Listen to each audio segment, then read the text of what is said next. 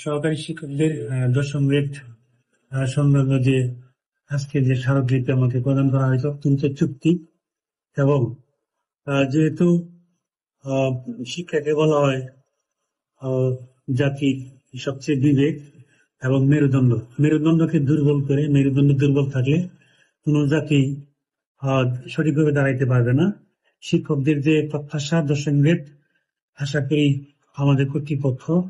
আমাদের মাননীয় উপদেষ্টা মহোদয়গণ এটির সারমর্ম বুঝে এর গুরুত্ব বুঝে অবশ্যই তাদের এই যৌক্তিক দাবি মেনে নিবেন এবং শিক্ষকরা, আমাদের দেশের শিক্ষকরা সেই আমাদের সোনালী অতীত, শ্রেণীকক্ষের সোনালী অতীত, আমরা সোনার মানুষ, তাদের হাত ধরে করতেছে এবং বাংলাদেশ আরো ভবিষ্যৎ দশম গ্রেডের মর্যাদা দেওয়ার পর বাংলাদেশ যাতে সারা বিশ্বে আরো শিক্ষাতে বিজ্ঞানে মাথা উঁচু করে দাঁড়াইতে পারে সেই প্রত্যাশা ব্যক্ত করতে সবাইকে ধন্যবাদ।